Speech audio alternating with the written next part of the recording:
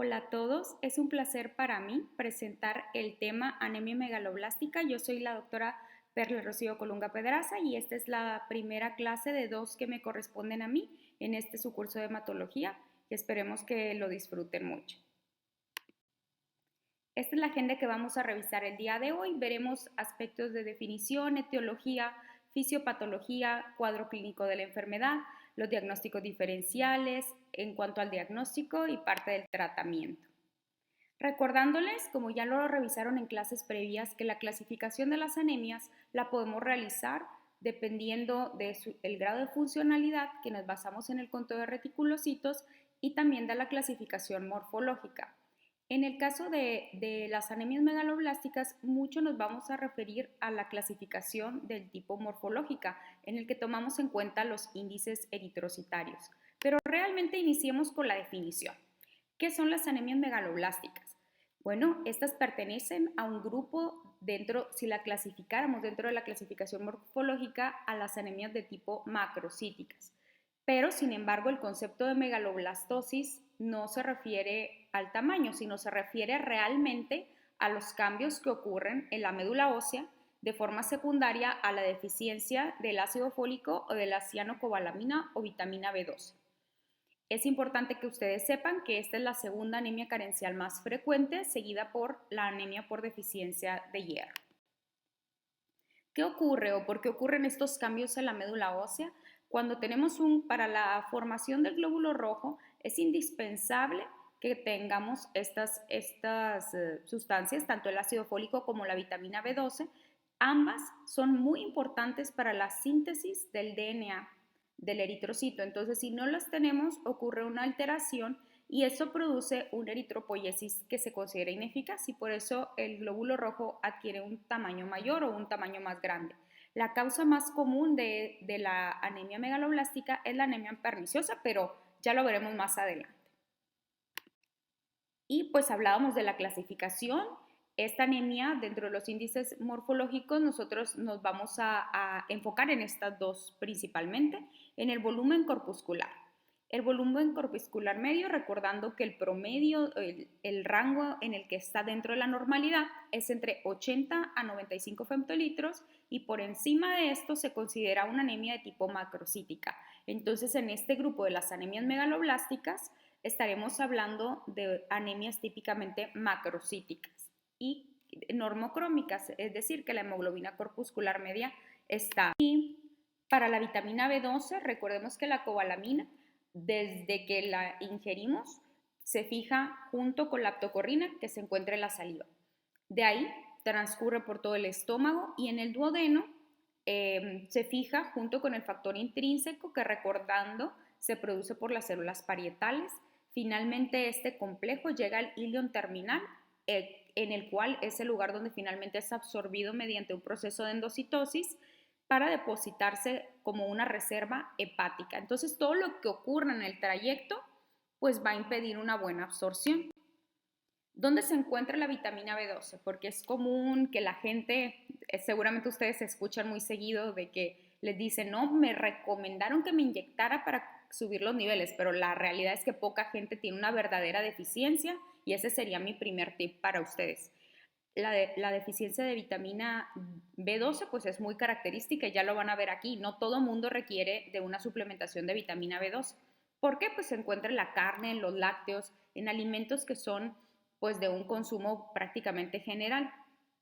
Para su absorción nosotros necesitamos, entonces ya hablábamos de varias localizaciones en todo el tracto gastrointestinal, pero particularmente en el ilion y todo lo que ocurra ahí es lo que nos va a dar una deficiencia. Se ocupan cantidades muy pequeñas, por eso realmente las deficiencias son raras, por falta de ingesta, porque nada más requerimos de 1 a 2 microgramos al día. Y las reservas que tenemos duran incluso años. Si recuerdan, las reservas de ácido fólico duraban solo 3 a 6 semanas y para la vitamina B12 son reservas que duran por años. Entonces, por eso lo vemos ya después de mucho tiempo que el paciente presenta alguna condición. ¿Cuáles son las causas? En un momento más vamos a hablar a detalle de la anemia perniciosa, pero ya dijimos es la causa número 1 de este tipo de anemias de tipo megaloblásticas.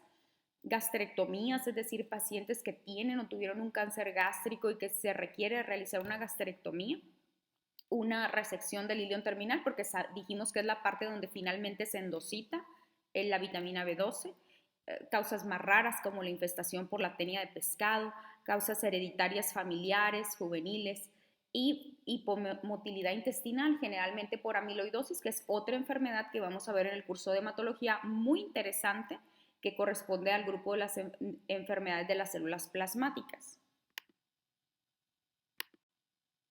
Y bueno, ahora ya lo hemos mencionado que la anemia perniciosa es la causa número 1, pero ¿qué es verdaderamente la anemia perniciosa? Pues esta es una enfermedad en la cual existen anticuerpos que atacan la mucosa gástrica produciendo gastritis crónica y por lo tanto deficiencia del factor intrínseco. En los pacientes existen anticuerpos que podemos tener directamente contra la célula parietal, que es donde se produce el factor intrínseco, que es la mayoría de los casos, o en un 50% de los casos incluso pueden hasta coexistir anticuerpos tanto para las células parietales como contra el factor intrínseco. Principalmente todo este proceso ocurre en fondo y cuerpo del estómago. Es una enfermedad que se ve en una frecuencia mayor en mujeres si lo comparamos con hombres y el promedio de la edad ronda mayores de 60 años. Entonces el caso típico ya lo veremos cuando revisemos la clase de forma presencial, pero pues el caso típico que ponemos en preguntas de exámenes, en la vida real, el paciente que nosotros revisamos son pacientes de más de 60 años, promedio 60, 70 años. Es importante que ustedes sepan que estos pacientes deben de tener un seguimiento también por gastroenterología. ¿Por qué? Porque hasta 2 a 3% pueden desarrollar un carcinoma del estómago. Importante también que en estos pacientes esta enfermedad suele relacionarse con otros trastornos inmunes, por lo cual no es infrecuente que nosotros veamos que un paciente que tiene una anemia perniciosa también es un paciente que nos refiere tener el antecedente de vitiligo, de artritis, de hipotiroidismo, tiroiditis de Hashimoto, hiperparatiroidismo o cualquier otra enfermedad de tipo autoinmunitario. Entonces es muy importante investigarlo en los pacientes que tienen este tipo de anemias o sospecha o que tienen una anemia macrocítica. Y el cuadro clínico, por ejemplo, ustedes que ya vieron anemia por deficiencia de hierro, pues algunas cosas pueden estar también similares, como el síndrome anémico, que saben que se caracteriza por fatiga del paciente, palpitaciones, cefaleas, pero también en esta enfermedad vemos algo de glositis. Acuérdense que la lengua puede adquirir este aspecto como liso, incluso adquirir formas geográficas, y eso también pudiera ser relacionado a esta enfermedad. Estomatitis, queilitis angular, que es destrucción del tejido de las mucosas en las comisuras bucales. Esplenomegalia es súper raro, en general no es tan frecuente. Aumento de la bilirrubina directa vamos a ver, y también vamos a ver que existe una complicación, que es la complicación más grave por esta enfermedad, por la deficiencia de la vitamina B12. La vitamina B12 es fundamental en los procesos neurológicos, ¿sí? En los cordones posteriores es de suma importancia y puede ocurrir esta complicación grave que se llama degeneración combinada subaguda, en la cual tenemos una neuropatía que es simétrica, que puede ocurrir principalmente en los miembros inferiores. Entonces vemos al paciente desde que llega al consultorio, tú lo ves, entra, trae una anemia macrocítica y ves la forma en la que camina con una dificultad y que refiere parestesias.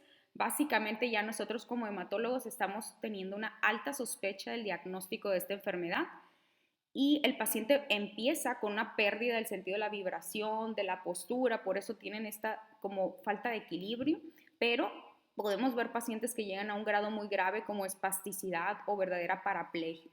Entonces es importante sospecharla.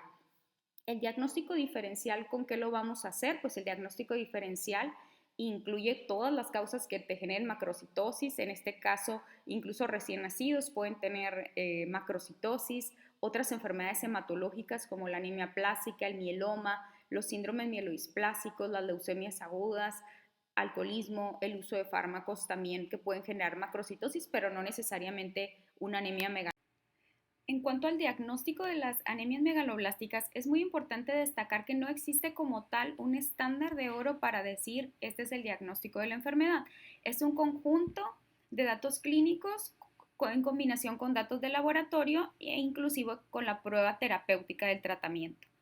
La médula ósea es importante decirles que no es mandatoria como en algunas otras enfermedades de la sangre para nada. Sin embargo, sí podemos ver algunas características como eh, básicamente precursores de la serie eritrocitoide que son muy grandes, que le llamamos eritroblastos a esos precursores, son de forma gigante y eso se llama megaloblastosis, de ahí el nombre de la enfermedad. Sin embargo, la médula ósea no es mandatoria. ¿En qué nos vamos a fijar? En los datos clínicos que previamente les mencioné, en conjunto con los hallazgos morfológicos en el frotis de sangre periférica. ¿Qué es lo que vamos a ver en la biometría hemática? Un volumen corpuscular medio muy elevado. Bilirrubinas indirectas también pueden estar elevadas, al igual que la deshidrogenasa láctica, como ya lo comentábamos. Y también en la biometría hemática podemos ver incluso pancitopenia. ¿Qué es pancitopenia? Recuerden que es todas las tres series de la médula ósea bajas: anemia, leucopenia y trombocitopenia. En cuanto al frotis, lo que vamos a ver es típicamente esta parte que resaltó en color rojo, que se llama neutrófilos hipersegmentados, macrocitosis del eritrocito, y en casos más graves podemos también encontrar estas diferentes formas como anillos de Cabot y cuerpos de Howell-Jolly. Otras pruebas que se han utilizado son pruebas de absorción, por si sospechamos de que el origen de la misma sea por falta de absorción, cada vez se utilizan menos. Y ojo, muy importante, que muy frecuentemente requerimos del apoyo de gastroenterología, puesto que en estos pacientes debemos de valorar el realizar una endoscopía y biopsia para demostrar si hay atrofia o gastritis crónica, ya que en algún pequeño porcentaje pudieran tener un cáncer gástrico. Esto es lo mismo que les comenté. La primera imagen son los neutrófilos hipersegmentados y la segunda son eritroblastos gigantes en una médula ósea. Bueno, ¿y cómo vamos a solucionar la enfermedad? Pues el tratamiento dependerá de si la deficiencia es de ácido fólico o de vitamina B12. Para las personas en las que tengamos la sospecha de deficiencia de ácido fólico, el tratamiento es tan simple como de 1 miligramo diario por la vía oral. La respuesta se observa muy rápidamente. En 7 días ya vamos a ver un aumento de los reticulocitos, un aumento de la hemoglobina. Entonces, tan pronto como cuando te preguntan, ¿cuándo me voy a sentir mejor? Tan pronto como en una semana, yo siempre les comento, usted se va a sentir mucho mejor. El paciente rápidamente empieza a generar nuevamente los eritrocitos. En caso de que el problema sea por mala alimentación, solamente se tienen que hacer cambios dietéticos, lo cual ya es sumamente raro porque tenemos suplementados con ácido fólico muchos de los alimentos que tenemos en el mercado. ¿Hasta cuándo vamos a dar el tratamiento? Hasta la normalización de la biometría hemática. Para la cianocobalamina, la recomendación es de 1000 unidades intramusculares de forma semanal, 2 a 3 dosis, y después de eso ya puede ser suficiente con 1000 unidades cada 6 meses. Y ocasional, es importante aquí mencionar que el tratamiento es de por vida y también les comento que realmente no es necesario estar reaplicando. Nosotros recientemente publicamos un artículo al respecto en el cual demostramos la efectividad de una sola dosis, de una dosis megadosis que le llamamos de cianocobalamina.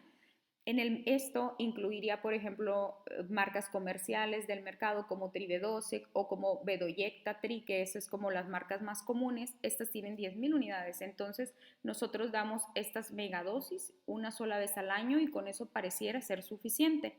Pero pues deben de conocer las dos formas en las que tanto la que nosotros utilizamos y, como les repito, voy a dar hacia como la otra opción que yo les comenté.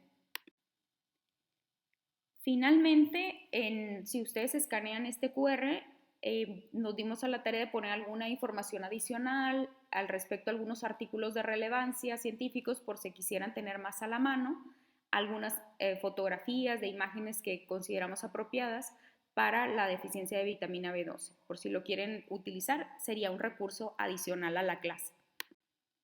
Y termino con esta frase que a mí me gusta mucho para ustedes en estas épocas de estudiantes, que dice: memoria selectiva para recordar lo bueno, prudencia lógica para no arruinar el presente y un optimismo desafiante para encarar el futuro. Que yo creo que eso es lo que ustedes están llenos, de un optimismo desafiante, o cuando menos es lo que yo les deseo. y les agradezco mucho, les dejo mis datos de contacto. Cualquier duda se pueden comunicar en mi correo electrónico que es colunga.perla@gmail.com. Les agradezco mucho su atención.